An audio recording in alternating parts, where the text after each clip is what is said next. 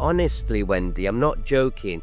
Every single brief or every single description of somebody's wedding from a bride and groom is so different. Don't forget in Europe also, and I don't mean to be hard on Europe, but European prices are being pushed up a lot because the super high net worth are going into these venues to have holidays. We're going to take them on a journey. It's going to make them feel like, oh, I'm not sure whether we should do that. I don't think the guests will like that. Margie, you sure? Like, we've never done that before. Well, that's the whole point.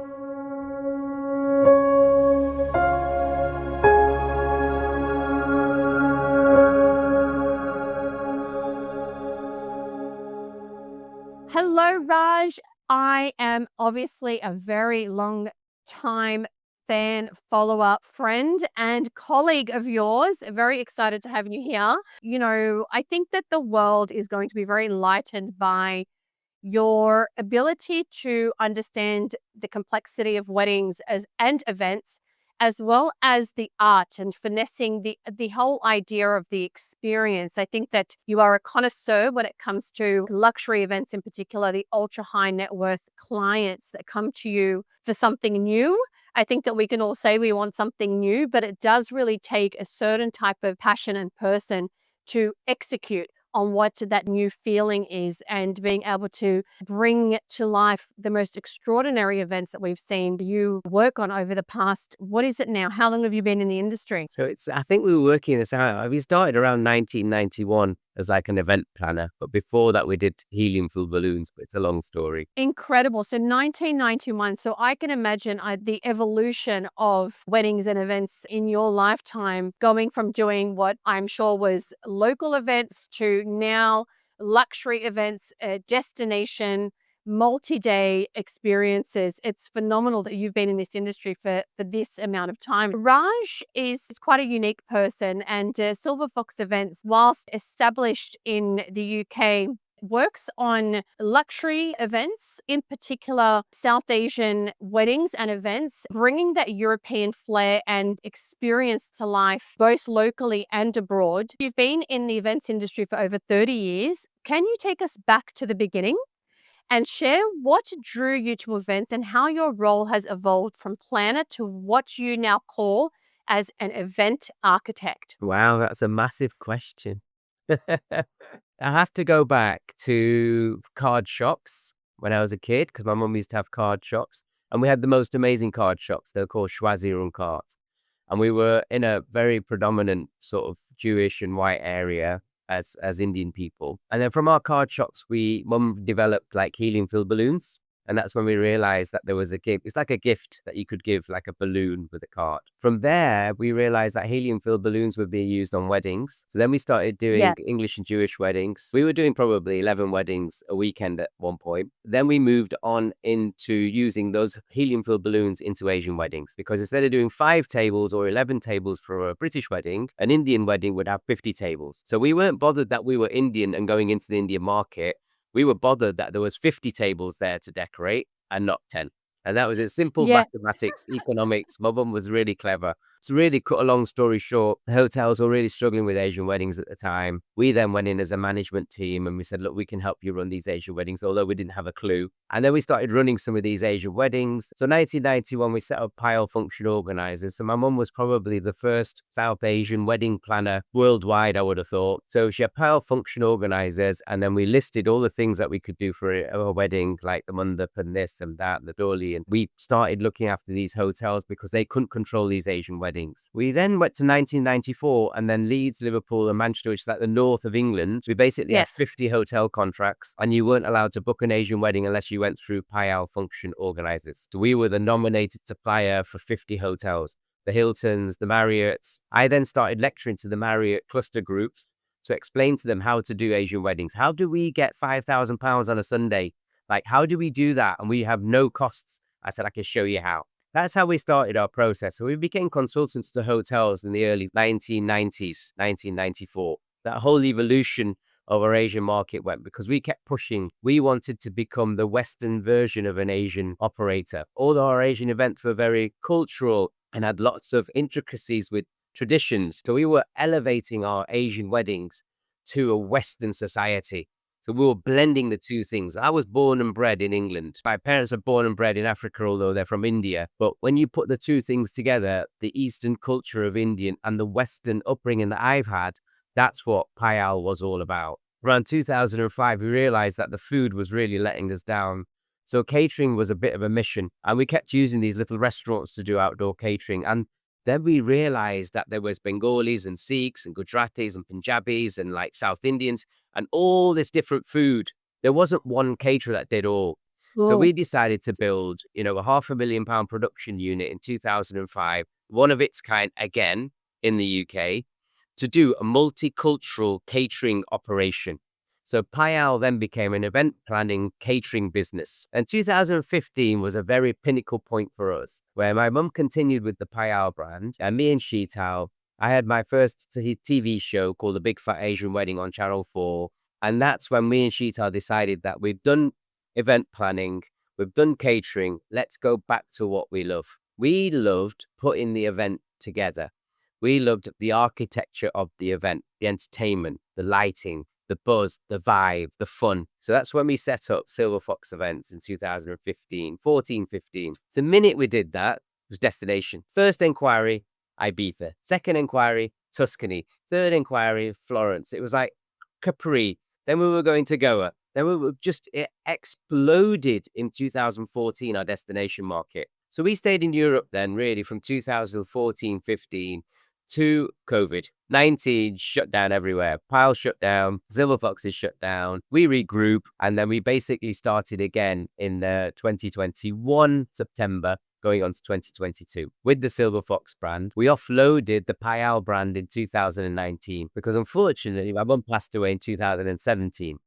So it was a little bit of a thing there, yeah. So we couldn't control both. So we offloaded the Payal brand to a very close friend of ours who absolutely loved my mum, liked my mum, and he continued with that brand, and he still does. Does a great job with it. So luckily we bounced back in 2022. We did have a Dubai wedding in 2019, which was fabulous. That brought a load of European people over, and we just smashed this event. And this year, I'm so excited for Silverfox to be entering the GCC and just giving the European magic that we've been doing for so many years everywhere else. I did not know the legacy that you're carrying, especially from your mother, your late mother, and the experience and the fact that you were consulting to venues in 1994 about Asian weddings. I mean, that in itself is extraordinary, pioneering that in the UK and largely in Europe as an event architect. It's no wonder you're in the position that you're in now. It's only the My next question is, you often describe yourself as more than a planner, a consultant, strategist, and architect. What does that actually mean in practice for your clients? I've just learned so much and been in so many different scenarios with so many different cultures. And I just feel as if I've got a whole host of knowledge. But when I sit with a client and listen to their brief, and honestly, Wendy, I'm not joking, every single brief or every single description of somebody's wedding from a bride and groom is so different. It's like DNA, like it's totally different. It matches them because a combination of two people coming together just resat-navs everything. Yeah.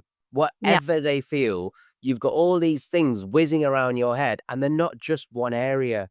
It's the total jigsaw puzzle. And I keep talking about this jigsaw puzzle.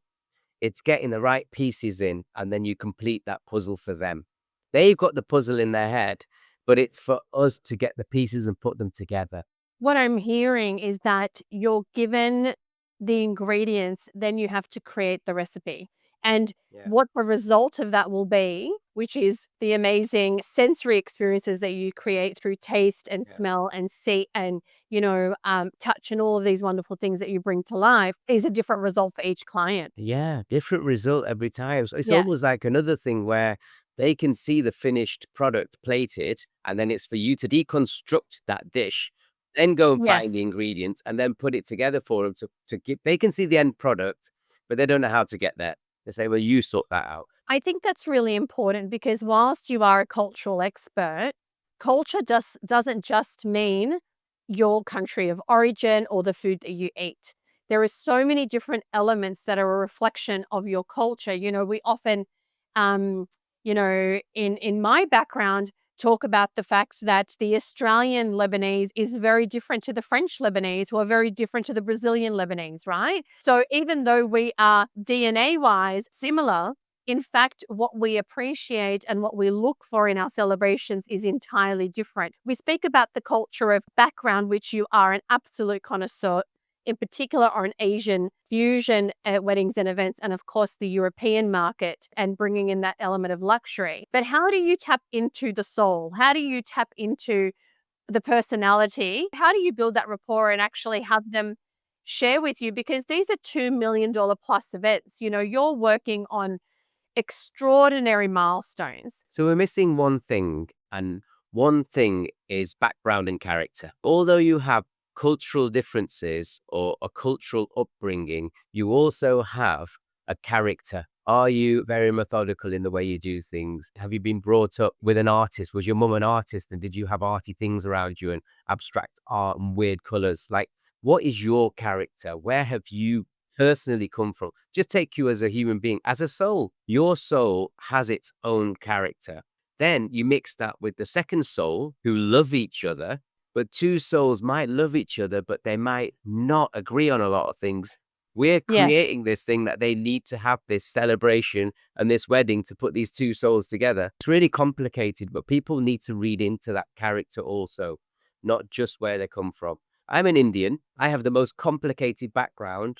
So I'm born and bred in Manchester, which surprises a lot of people. Yes, I'm a Mancunian, and I am very proud of being a Northern England person. I might have Claridge's blood running through me, but I am a Manc at the end of the day. My mum and dad and their grandparents were born in Nairobi in Africa. Their grandparents were born in Porbandar in Gujarat in India. So we've got 3 generations of 3 different countries coming into England. What do you think goes through my head? I honestly feel is that I'm a British man with brown skin. And I know it sounds really crazy, but I used to look in the mirror as a kid and say, why have I got brown skin? Because of the racism I used to get. Okay. So I feel British totally inside, but I have brown skin. Those cultural things that go through my head are the way I am now looking at things and doing things are very different but someone needs to understand that from me when I'm getting married and think, okay, he's British. He likes his ways British. He likes to sit at Claridge's and have a nice cup of tea. But you know what? He loves Krishna and he needs this and he needs a oven and he needs a mandap. Yeah. What? Yeah, that's what he's going through his head. Like you said, a fusion of souls, but then also it's a celebration of how they want to be able to bring that to life as a reflection of these two people coming together, right? Looking at anything from, and I'm going to go straight into the delivery of the type of weddings that you've done globally. How do you decide which project to take on? And what differentiates a Silverfox event from anything else in the market? What projects we take on. Okay, so we've obviously seen and done a lot, and we've really taken that on board, and all this information's in our head. But now, when we want to put a project together, first of all, we don't want to copy and paste. Second of all, there are some incredible planners out there. I say planners, but wedding planners are not just planners. They're whole architects. They put the whole thing together and they do these fantastic jobs. So how do we differentiate what Silverfox does? So we get a client and we listen to that brief. We listen to their souls and we think of what we would like to put together. But those individual clients need to be on our train. We're going to take them on a journey, which is going to be a little bit uncomfortable. It's going to make them feel like, oh, I'm not sure whether we should do that. I don't think the guests will like that. Raj, are you sure? We've never done that before. Well, that's the whole point. So we're going to take these people on a journey where they're just going to go off piece a little bit. Me and Sheetal, to be honest, and I'm sorry to say this, but it's absolutely true. From when we started in 1991, 92, we are 10 years ahead of events and the way we see events and the way we see lighting and the way that we see decor and the table shapes. But if we put what we realized in the 2000s when we were putting these ideas forward, they were too adventurous for the clients. We're like, no. You're a bit out of the box. I don't think you'll deliver on that. You're a bit of a nutter. Off you go. So now we've toned it down. So me and Sheetal are like, no, let's not go 10 years. Let's just go 2 or 3. This is what we're going to do for you. but these are the things that you have to do for me. When we have that initial interview and we're chatting, we look at the bride and groom and think, are they Silverfox clients and will they come on this journey with us? And if they're not, then there's a million planners that can do Yeah. that. It's just talking to the client, because there's no point me and Sheetal talking to a customer and then giving them wacky ideas and putting all that energy into how these things are going to look when they're really not interested. They're like, Raj, no, we just wanted a sit down, 3-course dinner. We don't need chefs to come out and smash chocolate balls, which are made out of eggs. Raj, that's not for us. Okay, so fine, no problem. So it's really finding the right customer for us or the right client for Yeah. us.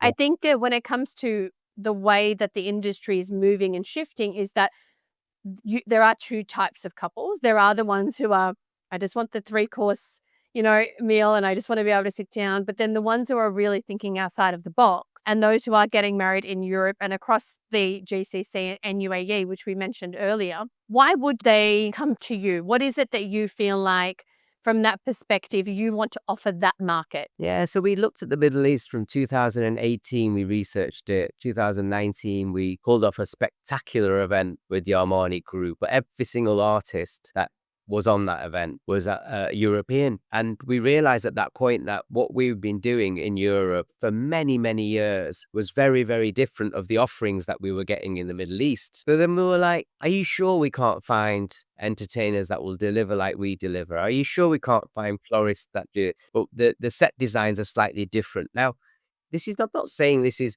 better.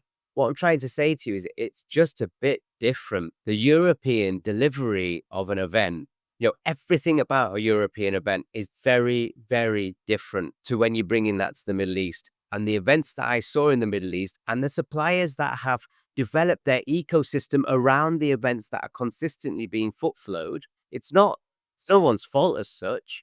It's just that it's missing a new dimension of events in that area. I'm not saying it's better. I'm not saying it's going to suit everybody, but I definitely know 100% that what Europe offers to the Middle East is not there right now. Yeah, no, and I think that when it comes to the Middle East, they're always looking for something new. I mean, in Dubai, the tallest tower and the largest building and the highest water fountain and all of these kinds of things. And they, like to be first to market and having different perspectives. And I do believe that that European flair and that European touch will definitely bring something new and fresh to market. You have spent some time in the Middle East over the past year in particular, presenting at conferences and events. What's your feedback and your take on the market from a consultative perspective? Because as I just mentioned, there are hotels popping up, and new launches and new activations taking place. It's like sucking eggs. I go and see these hoteliers and they're sat in their bubble. If I look at consulting with hotels, and I look at the ultra high net worth market, and again, I come back to the same thing. The first line was like, they're not all the same. And I talked to you about their character and I've talked to you about their culture and where they've come from.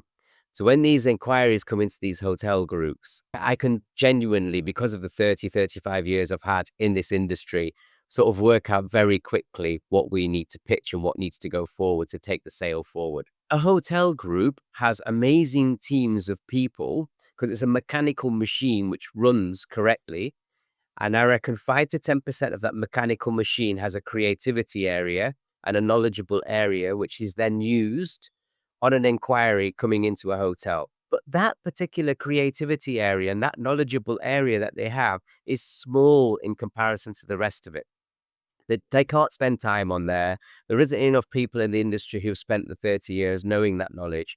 So what we're saying to them is that why don't you use our 30 years of knowledge when an inquiry comes into your whole mechanical system?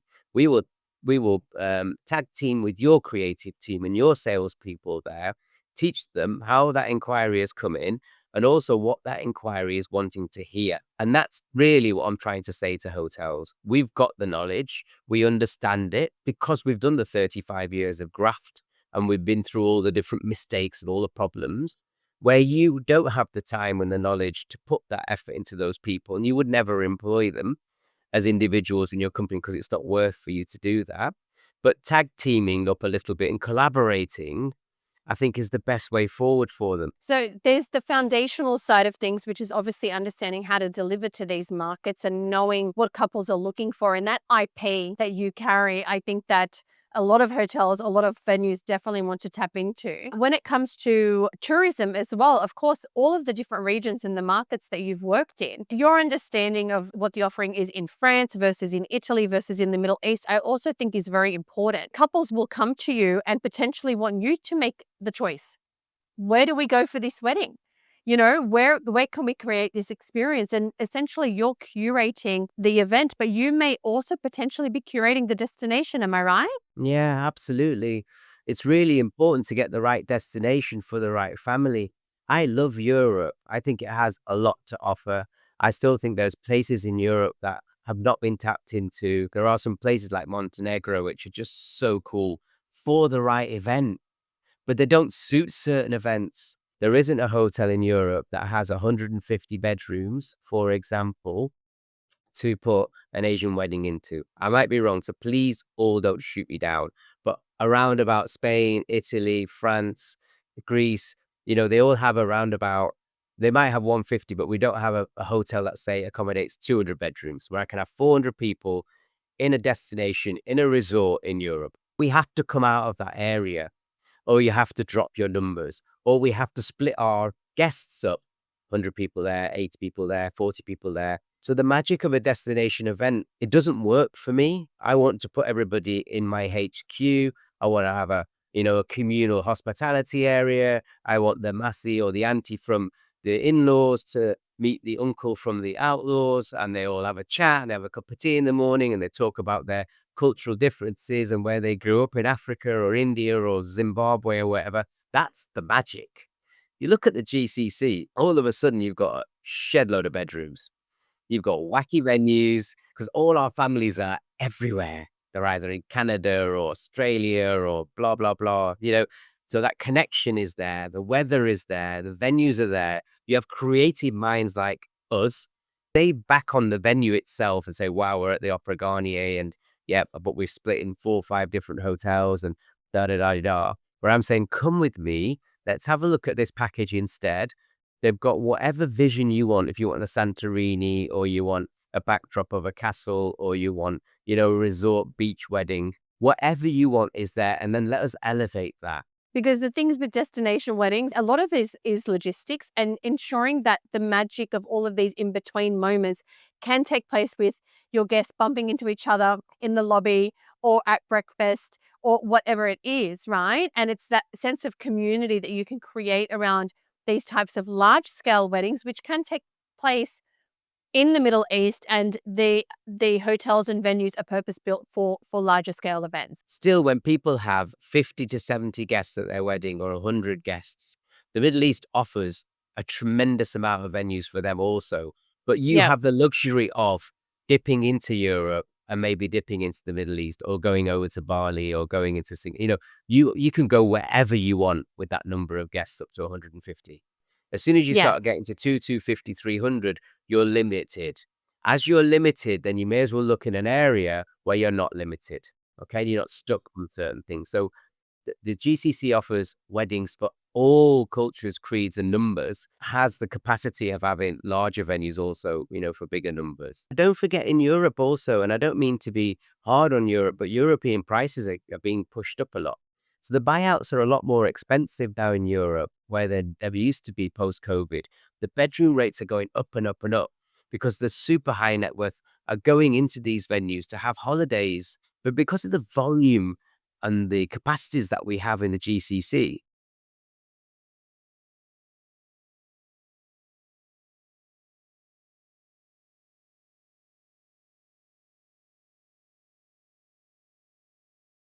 I'm going to ask specifically around hotel groups and even tourism boards and what role you see governments playing within the destination market and within this wedding economy that you're referring to, because understanding those coming from the US versus from Europe versus from Asia and wanting to tap into different markets, it's something that we obviously, work very hard on educating the destination tourism boards from a media perspective. What do you have to say to that? I did hear this somewhere. I'm sorry to say it, but the Brits are very good or one of the best at organizing events.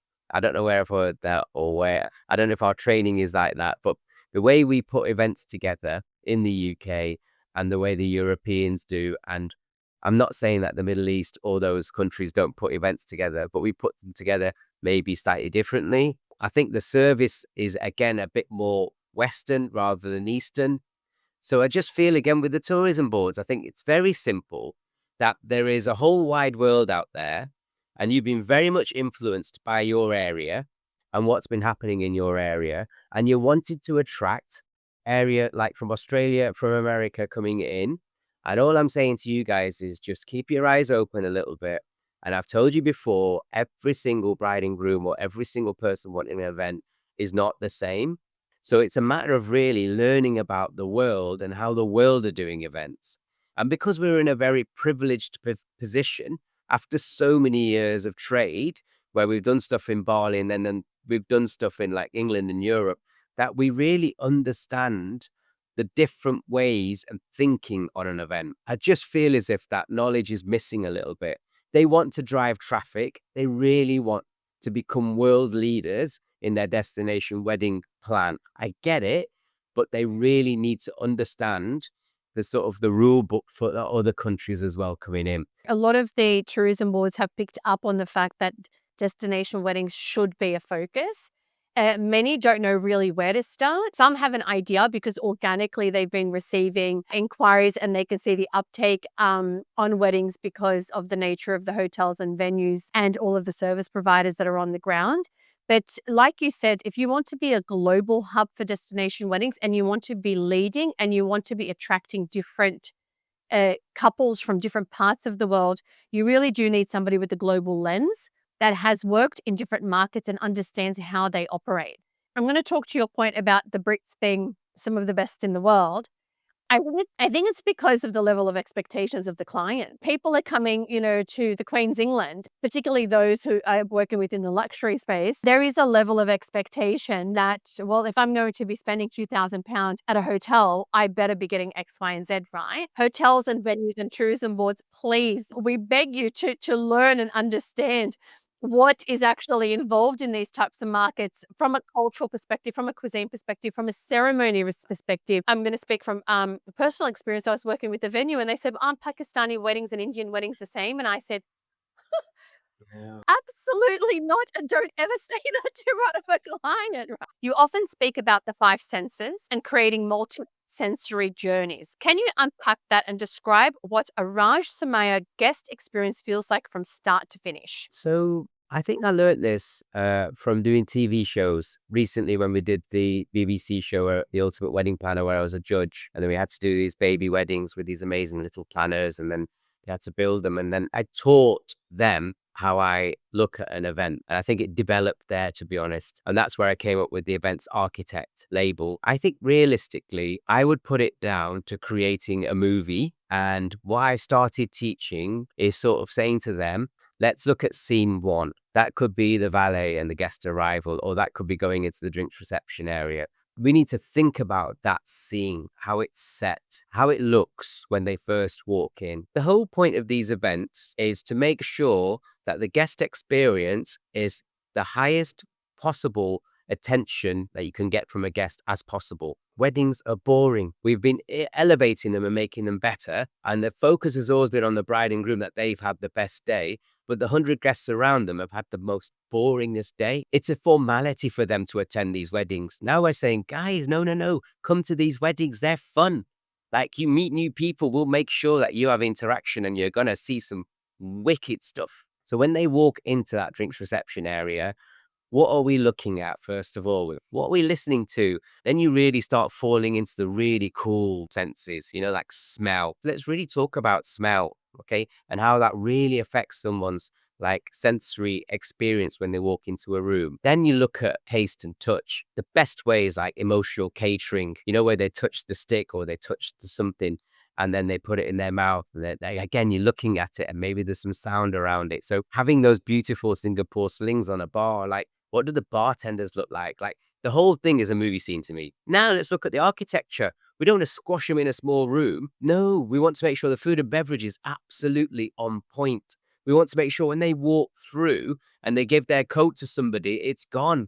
Where they give their gift to somebody, it's taken away. They're invited into this beautiful environment. We're thinking, consistently thinking and thinking. Temperature of the room. Is it AC? Is it heating? I've had both. That's just one scene. Then you do the reveal. Okay, the guests walk into this dining experience. What does that look like? When they sit down again, what are they listening to? What are they going to taste? What wines are being poured? How does the water look? There is a billion details again, just in scene 2 alone. Okay, they all seat. And we call the bride and groom in. How does that happen? I'm not just thinking about the bride and groom making this entrance. I'm also thinking about the guests that are at the back of the room who've got the shit seats that don't have shit seats because I've raised them. So everybody has a perfect seat in this auditorium. And I've thought about Mr. Z-lister sat on the back seat over there and how he's going to feel, because I want him to walk away from that wedding and say, that was amazing. I don't know what happened. I went from scene to scene and I came out and I wish it didn't end. But I had the best time and it went like that. I think from that perspective, and in the trend world that we live in, and the tech that we use, and all of the digital touch points that we need to have as business owners, what you're describing is very high touch. It's very emotional. It's incredibly service oriented. How do you see the future of weddings? I honestly feel it's going to take a bit of a whole circle where I don't think these weddings are going to be about the gram. Everything is about taking pictures. How does my wedding look on the gram? I really love quiet luxury part of our game. And I think people, they've come off the social media areas and they've realized that these events, they're for the bride and groom and for where the guests are family members or friends. And it's about going back to basics. It's a celebration about two souls unifying and becoming one. So I think they're going to go back and we're going to go to these really quiet, silent luxury events, which could be large, but they're silent or they're quiet in the sense that they're not put all over the gram and they're not designed for the gram. This will carry They're on for not 5 years. designed for the gram. For Yes, example, yes. we used to own a restaurant. It was a gorgeous restaurant and we had the most amazing staircase. The wallpaper was £15,000 from an artist in India. We knew every influencer, every person going to our restaurant would take that picture and put it on the gram, and people will go and eat in our restaurant or want the picture on the staircase. We're doing this on events. We're having pieces of areas which they want people to recognize their event worldwide. I think there are people that continue doing that, but I think that the super high net worth will slowly move away from that area, go into this quiet, silent luxury, and go within and concentrate on what really matters. We've seen that take place in fashion. I think that so many people, they're looking under the hood. They want to know where these products are being made, why they're being made, Yeah. why they're being designed that way. They want to have a connection with something that they're wearing. And imagine if that's like a $3,000 handbag versus a $3 million wedding. Of course, they're going to want it custom built and designed for them and curated in a way that's going to make everyone comfortable, especially when it comes to ultra high net worth weddings where people are coming from all over the world, as you said. Just want to reflect on everything that we've discussed today because there's so much in here around consultancy, experience, around couples, around character. I think that was such a strong and poignant talking point from you.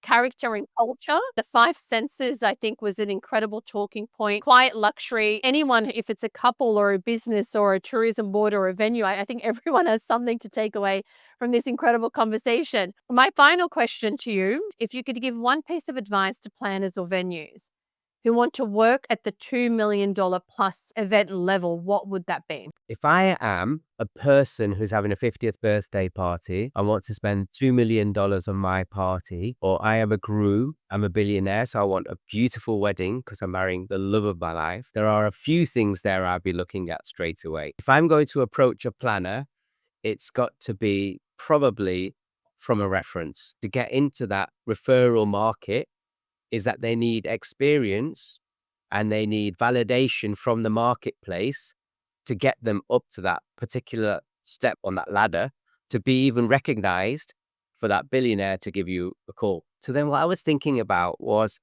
For me to be a baby planner, maybe 10 years old, and I want to reach that state of that ladder, and we've been talking about this, Wendy, for years, is collaboration. Unless you collaborate and move up the ladder and learn why people like Silverfox Events have popped into the 7-digit number, you have to elevate your business. You doing it on your own will take you forever, like it took me forever. You collaborating with me and me teaching you or helping you or giving you some confidence and your client to say, this is our, partner in crime. This is the person that's going to help us. This is one who's going to take us through. You will get that inquiry and you will elevate. You will not only elevate, you will start learning.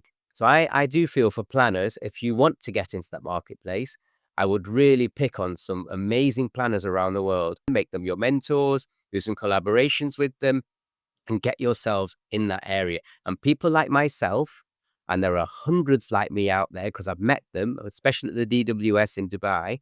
I met some incredible planners who are so open-hearted to give, and give that they will help you. Do not be shy to call somebody.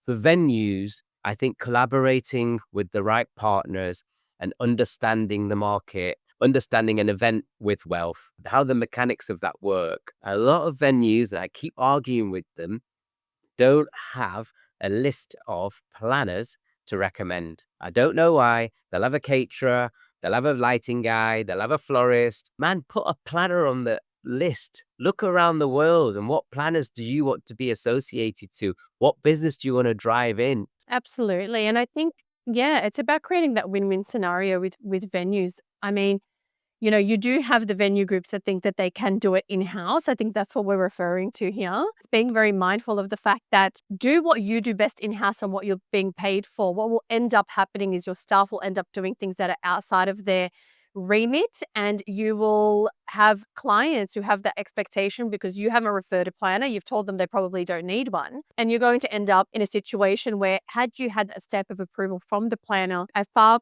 better managed event with an entire team being managed by the planner, as opposed to your venue manager having to do that work. Having that, again, affiliation with globally renowned planners, designers, event architects, of course, like yourself, who come in and actually you can learn from through that process as well. I want to give you a quick opportunity to talk about also, with the global lens that you have, what it's been like working with Wedded Wonderland, actually. My ambition is to have, an SF office, maybe like New York, Singapore, and then Dubai, and then England, and then Paris. And we've got 2 or 3 of those already. When I was on the internet and on social media, and I was saying, how does Silverfox become global? What marketing company, what tool, who do I talk to, who trades across the planet? It was 11:22 p.m. in bed, scrolling through the internet, and I found this lady called Wendy, and I started listening to more of her stories and watching some YouTube clips. And then an hour and a half later of listening to you on what you are doing and where my vision was, I was like, oh my God, we need to get married. And that's when I DM you so kindly. You came back to me instantly. And that's where our relationship started. Wendy, there aren't any people, I don't think. There might be a few, I very much doubt it, that have the same vision as that what I'm going through, which you've already achieved globally. There isn't a platform like it. The Wedded Wonderland is a global player. The quicker people start realizing, and instead of being objected towards the network and how we can collaborate and work worldwide, the quicker you will elevate your business, Wendy, with Wedded. It's really easy. I really appreciate that. And I think that what you've achieved in the UK and from the UK to the world, Silverfox Events, has been extraordinary. There are very few people, I can literally count on one hand, that actually understand this market where West meets East. Things that we've learned here today, in why you are who you are, right? We are very excited to see what comes next for you, Raj, and your entire team. And I thank you for being who you are and all the effort and time and sacrifices you put into building what you've built also. It's just 2 great people who have really worked hard in what they want to do. We're both very passionate about how we deliver our products. Absolutely. And that's what, as large as the world is, when it comes to weddings and when it comes to luxury and when it comes to delivery of service, there are people around the world like Raj who can really pull things together and make magic happen. And we're very excited to continue working with you. Thank you so much for your time, No, Raj. thank you.